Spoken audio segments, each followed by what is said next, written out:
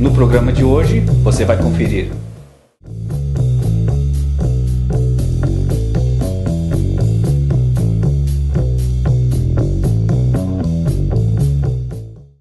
Denúncia: desrespeito com os trabalhadores da empresa Nelson Vende. Na Voz do Povo, moradores do sítio Floresta apresentam os problemas do seu bairro. No quadro cultural, o escritor Jorge Braga fala sobre seu trabalho literário. Essas e outras informações você confere no programa Nossa Luta de hoje.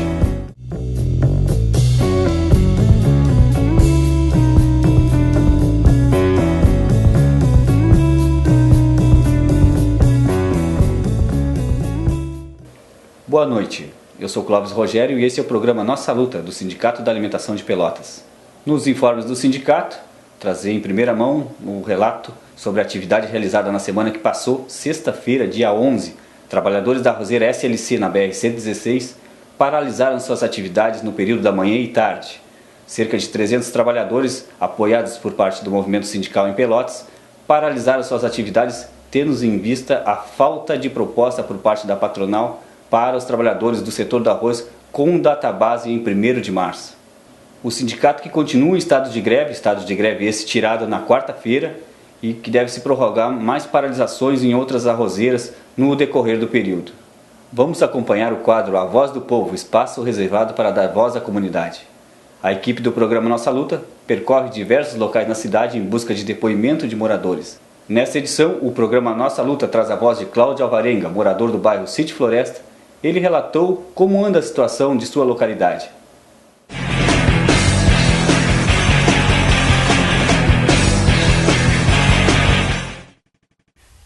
O programa Nossa Luta visita hoje o Sítio Floresta, o bairro Sítio Floresta, localizado na zona norte da nossa cidade. E nós vamos entrevistar o morador daqui, o Cláudio Alvarenga Warnke. Ele é morador há muitos anos aqui e se queixa de vários problemas aqui no bairro que já duram muitos anos e até hoje não foram resolvidos. Cláudio, quais são os principais problemas que incomodam os moradores do Sítio Floresta? Só que é a buraqueira daqui, né? Fizeram esses esgotos aqui, não ligaram direito, a valeta suja. Fizeram instalação de esgoto e não taparam direito? Não taparam. Inclusive ali mesmo tá aquele cano rebentado. Essas ruas, tem ruas aí que tá uma vergonha isso aí. Então tem tubulação de esgoto, mas eu vi que tem esgoto a céu aberto ainda aqui. Tem bastante, eles deixam também, eles quebram os canos, às vezes deixam só tapado por cima, o resto enche da própria água, que é a sujeira que vem, né? Ele vai tapando e não escorre a água. E aqui não tem pavimentação, essas ruas aqui do entorno não tem pavimentação. Dá para perceber que a poeira também é um problema. A poeira aqui é muita poeira.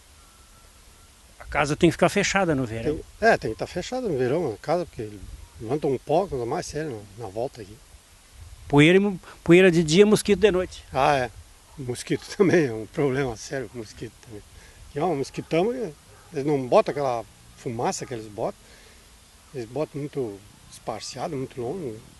Teria que botar mais seguido aqui, ó. Tem posto de saúde aqui no bairro?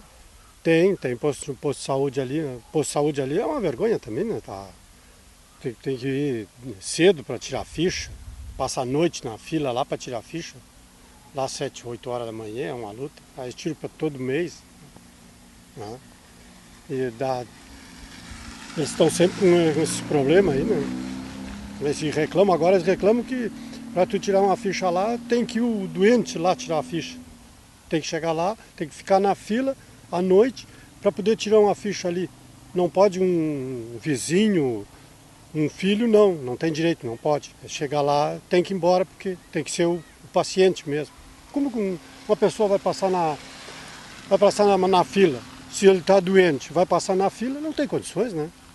Exato. E isso está sendo exigido aqui no posto do Sítio Floresta. Está sendo exigido.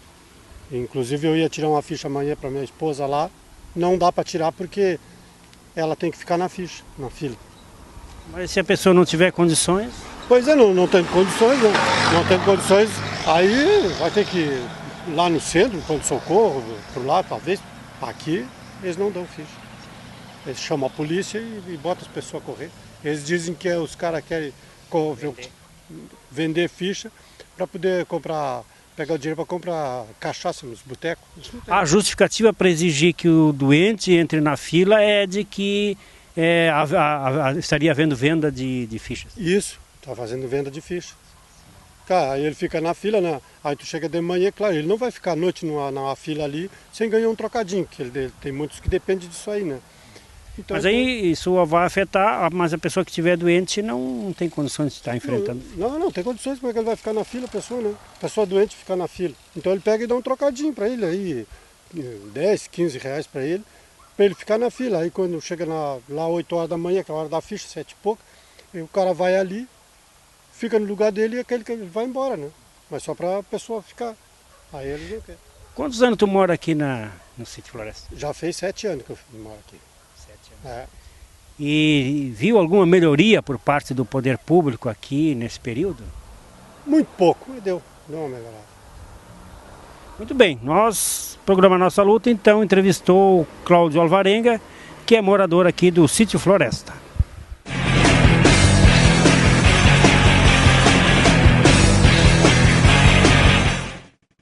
Faça como um morador do bairro Sítio Floresta, denuncie o descaso do poder público com a população, entre em contato com a produção do programa Nossa Luta. É só enviar um e-mail para nossaluta1tv@gmail.com.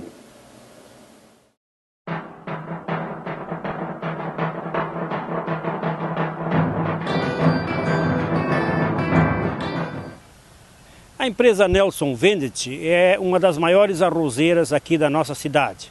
Ela tem 2 unidades, uma na Fernando Osório, na Avenida Fernando Osório, e outra na Avenida Leopoldo Brode, no entroncamento com a BR-116, que é nessa unidade que é onde nós estamos fazendo essa matéria.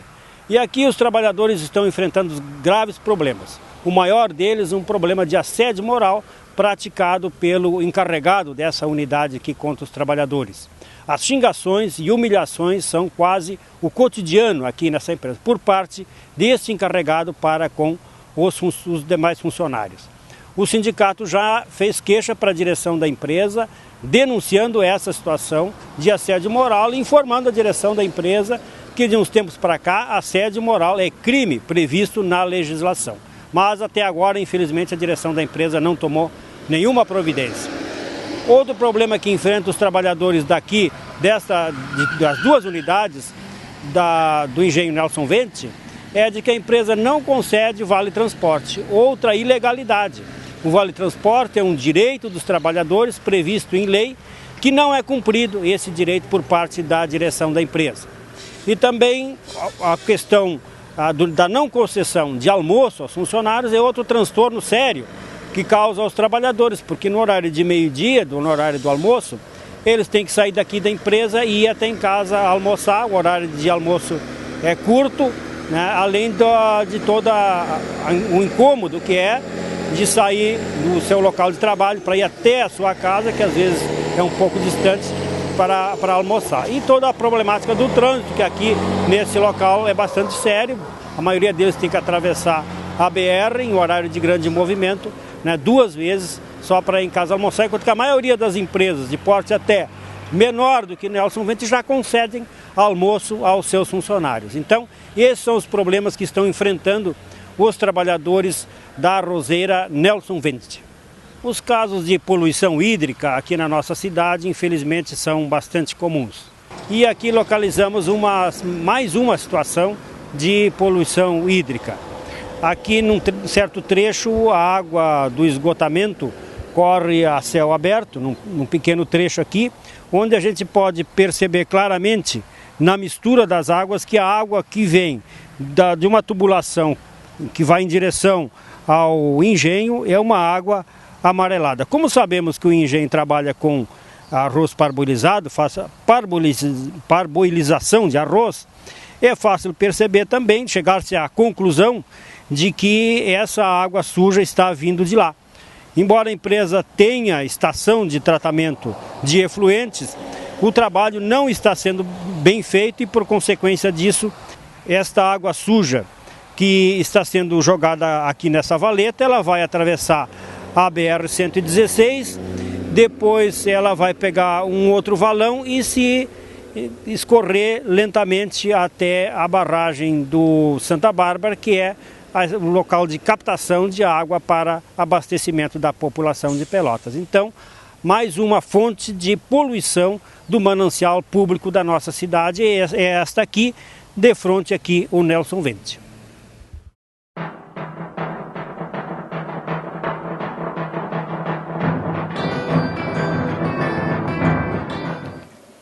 Em razão da falta de acordo com a bancada ruralista para votar o segundo turno da PEC do trabalho escravo, PEC 438/1 do Senado, o presidente da Câmara, Marcos Maia, adiou a votação da matéria para o dia 22 desse mês.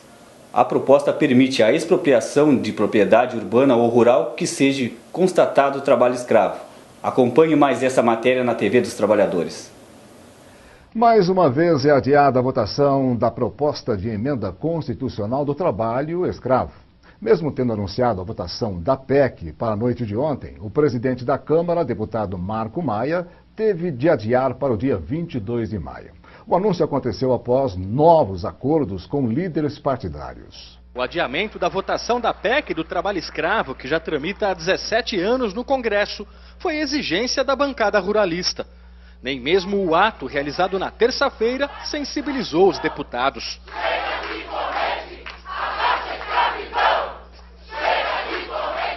O presidente da Frente Parlamentar de Agricultura, deputado Moreira Mendes, do PSD de Rondônia, defendeu a decisão. O texto da PEC está correto, não tem nada, é irretocável.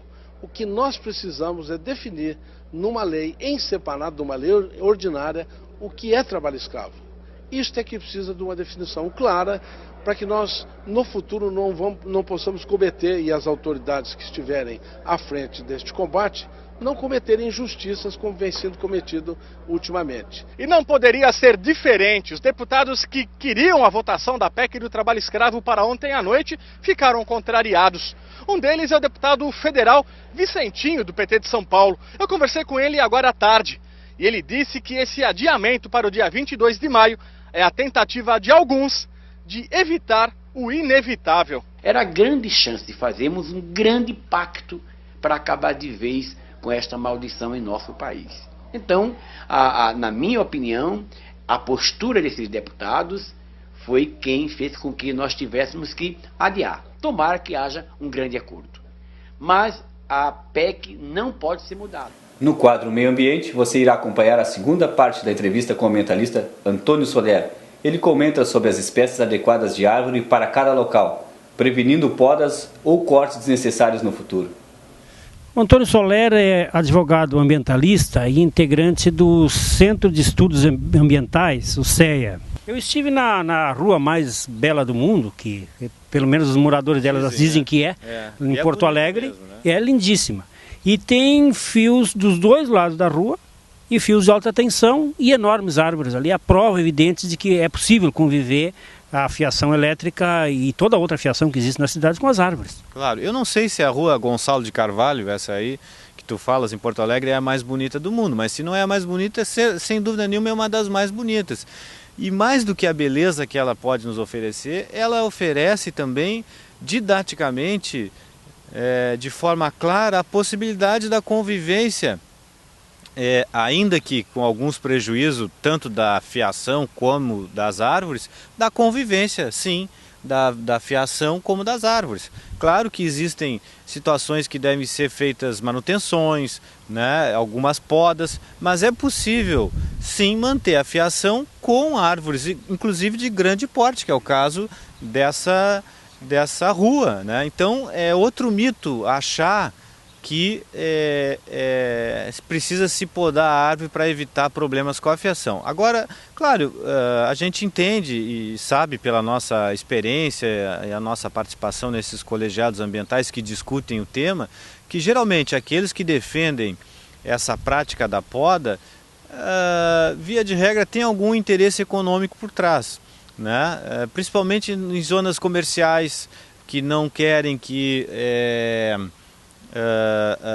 uma árvore eventualmente obstrua a visualização de uma placa, de um letreiro, de uma propaganda, né? Ou no caso da energia elétrica, né, que é custo para a companhia de energia elétrica fazer a poda, fazer a manutenção, então é muito mais fácil não ter a árvore do que ter que podar a árvore periodicamente, em termos de manutenção, né, em termos econômicos para as companhias de energia, que se equivale também para as companhias de TV a cabo, de telefone e todas as outras empresas que utilizam, né, o cabeamento aéreo, que também poderia ser subterrâneo, né? Agora, por uma questão de custo, também ele acaba sendo aéreo, porque é muito mais barato manter ele em cima do que manter o cabeamento embaixo.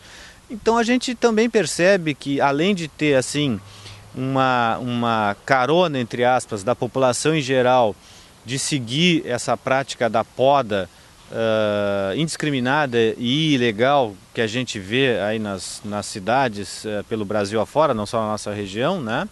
A gente vê também que tem uma motivação econômica por trás, né? Tem um conflito econômico por trás dessa questão, o que aliás não é nenhuma novidade, né? A maioria dos conflitos ambientais tem por trás uma questão econômica forte, né? Agora no inverno também é oportunidade de plantio de árvores, né? Algumas regras, ou digamos, algumas observações devem ser feitas para quem for plantar uma árvore também, para que ela não seja no futuro, venha a causar problema com relação ao seu porte exagerado, ou comprimento de raiz, coisa assim. O que é que tu orientaria aos nossos telespectadores, a quem for agora plantar uma árvore, o que deve observar?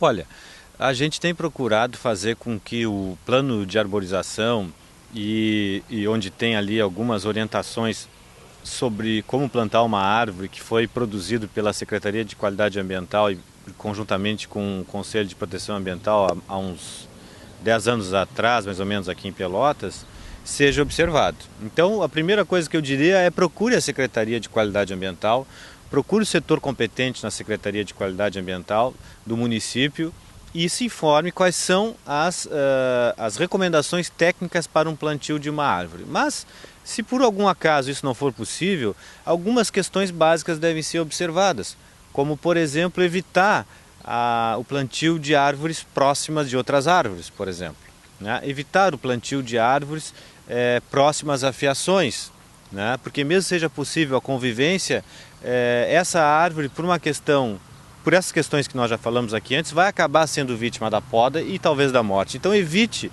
que ela seja plantada próxima à fiação. Mas nós temos em quase todas as ruas, pelo menos um lado da rua tem fio, né? Não seria possível ali então plantar árvores de pequeno porte? Sim, por exemplo, extremosa, né, que é uma árvore bonita, tem uma aparência bonita, né, no outono dá uma coloração bonita para a cidade, pode ser plantado tranquilamente nessas áreas, né? Principalmente onde não tem fio, né? Também é possível plantar embaixo da fiação, mas embaixo da fiação vai gerar o conflito inevitavelmente mais cedo ou mais tarde, e aí então a gente prefere evitar, porque a gente acaba na intenção de fazer o bem, ou seja, plantar uma árvore que melhora a qualidade de vida da cidade e também do ambiente em geral, né? A gente acaba depois submetendo a espécime, a esse indivíduo, né, arbóreo, há um tipo de tortura, entre aspas, que é a poda que ela acaba sofrendo periodicamente. Então, algumas recomendações básicas, né, como evitar a proximidade de fiação, evitar a proximidade de construções, evitar a proximidade de outras árvores, né? E principalmente eu acho que o indivíduo, mais do que fazer ações isoladas, que são importantes, o indivíduo precisa se juntar a um coletivo, precisa se juntar a uma força maior, e isso é possível através de ações coletivas, né? A solução ambiental passa por ações coletivas e não somente por ações individuais. Então, eu acho que o mais importante de se plantar uma árvore, ainda que devemos fazê-lo, é exigir que o seu município, a sua cidade, tenha uma política municipal de arborização, não só para proteger as que já estão, como para compensar as que eventualmente sejam perdidas, mas também para estimular o plantio adequado não só pelos indivíduos, mas também pela própria municipalidade, que inclusive com o sistema de licenciamento ambiental tem recursos disponíveis para esse tipo de atividade ambiental. No quadro cultural dessa semana, o entrevistado é o escritor pelotense e ativista cultural Jorge Braga. Desde os anos 80, Jorge Braga escreve crônicas, contos e poesias. Seus 3 primeiros livros foram traduzidos para o Braille e sua mais recente obra chama-se Despertar por Poesia. Ele conversa com nossa produção sobre seu trabalho. Jorge, tu começaste a escrever com 13 anos e o teu primeiro livro publicado foi o Reflexões, um breve instante no tempo, que é um livro bem visceral, que trata aí de dores sociais, mas na sequência tu acabou escrevendo Amores Havidos. Me fala um pouco dessa fusão e quando que a poesia entrou na tua vida. Bom, hoje está fazendo exatamente 32 anos, nessa data de hoje, que eu comecei a escrever, né? Eu comecei a escrever lá em 1980, com 13 anos então, e de lá para cá sempre escrevendo, né? E a minha linha sempre foi o poema, né? E lá em 2004 que eu resolvi, que aí eu vi que eu tinha um material bom já, bom digo em quantidade, para editar, né? Acabei procurando a biblioteca pública, né? Onde eu fui muito bem, a biblioteca pública estadual, em Porto Alegre, onde eu fui muito bem atendido pela Morgana Marcon, que é o meu norte, assim, ela me instruiu tudo, como fazer, fui muito bem acolhido pela biblioteca e acabei resolvendo editar. Procurei algumas editoras na época, ninguém se interessou pelo trabalho, ficou um tempo em gaveta, mas depois eu resolvi, vamos lá e vamos ver, e acabei bancando meu primeiro trabalho, né? Hoje ele já se encontra na 2ª edição, né? Como tu falou, ele é um livro visceral, um livro muito voltado às questões sociais né, e os sofrimentos íntimos, o sofrimento. O poeta, às vezes ele não escreve, às vezes ele não gosta muito de escrever na primeira pessoa, mas eu traduzo na primeira pessoa a dor do terceiro, vamos dizer, né, no Reflexões, que vem a ser um trocadilho de reflexos e suas exceções, né? É um livro que foi trabalhado num hospital de dependente químico, em Charqueadas, né? E também num hospital em Porto Alegre. Foi trabalhado vários textos meus com esse foco, né? Por ele ter ficado um livro muito visceral, muito pesado, que eu chamo, eu acabei lançando em 2005, né? 2004 Reflexões, 2005 Amores Havidos, que é exatamente para mostrar a fluidez, né? O havidos dos amores, né? Todos os amores que tu vem tendo com que acaba sendo o alicerce, depois os tijolinhos. A maneira que tu ama hoje é a junção dos amores havidos, sabe? A maneira que tu hoje ama, né? Acho eu, posso estar totalmente enganado, como diria Caetano, né? Que acaba caindo por terra o que o cara pensa. Mas então seriam meus 2 trabalhos, né? Bem mais voltado à poesia, né? 2007 já eu lanço o Dedé Buscapé. Dedé Buscapé é o Reflorestamento, é um livro que eu fiz, e o IEL, que é o Instituto Estadual do Livro, então me convidou para trabalhar no Autor Presente, que é um projeto que eu venho desde 2006 desenvolvendo junto com eles, né? A escola entra em contato com o IEL entra em contato com o autor, e havendo um interesse pela literatura do autor, a gente acaba marcando um encontro na escola. Primeiro vai o livro, né? A professora trabalha 1 mês, 2 meses, vai depender de cada aula, né? E depois eu vou lá falar sobre a minha obra, né? Sobre o meu trabalho voltado à literatura, e a gente sempre acaba caindo em algumas questões sociais também, acaba caindo em literatura, não tem como não, né? É um papo bem descontraído, né? E esse ano o IEL está liberando uma verba bem interessante também para aquisição dos livros para as crianças trabalharem, né? Então estou bem empolgado esse ano, né, 2012, que até então os livros eram xerocados, ou então a professora só lia o texto, e ficava muito distante o livro físico para a criança, né? Hoje não, hoje a criança ela vai ter o seu livro, ela vai cheirar o seu livro, ela vai... Que eu acho que é o principal do projeto, que é aproximar o novo leitor aos livros, né? E o teu último livro foi o Despertar por Poesia, então, que é um livro que volta aos poemas escritos por ti. Exatamente. O Despertar por Poesia, ele se divide, ele tem um divisor de águas, né? Eles são poemas lá do início também, tá? Eles não estão nos outros livros, né? Todos os livros são textos inéditos. Mas eu me reponho de novo lá em 1980, aquele cara com 13 anos, e se tu analisar as escritas de 32 anos atrás, muitas coisas, infelizmente ou felizmente, vai depender de cada um, muitas coisas sociais e políticas estão idênticas. Tu pega alguns textos dessa fase, né, da primeira fase, pega alguns textos assim, que tu vai ver que eu falo em política, e cara, só mudou os caras, a cara dos caras mesmo, porque o contexto é inédito, é idêntico a 30 anos atrás. Isso faz parte então, né, como vocês estão vendo, do Despertar por Poesia. Né? Livros rasgados. Ontem rasguei todos os meus livros. Fiz uma grande fogueira e dancei para comemorar. Embebei-me de indignação, rasguei todo o conhecimento, ateei fogo meus pensamentos. Picho nas paredes da minha alma as dores do saber. Não quero mais saber, a ignorância me satisfaz. As pirâmides construídas com o suor humano lembram bem os dias de hoje. Qual cavalo não aguenta mais um açoite, carregando pedra para o seu proprietário? Geralmente morre feliz com o dever cumprido.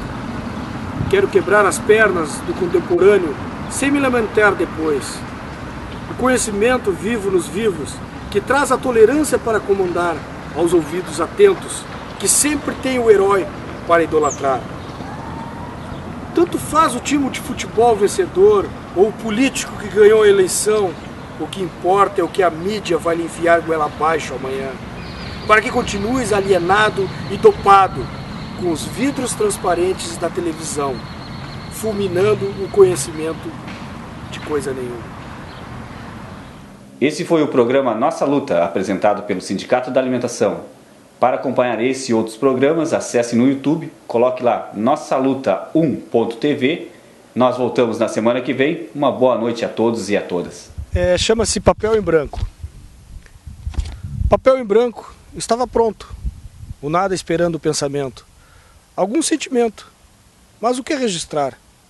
Papel falante, ao ouvindo, murmura. Pensamentos, palavras, redige, provações do coração. Papel em branco, ávido papel pensante. Ao registrar íntimas, errantes declarações, estava pronto ao se tornar escritor.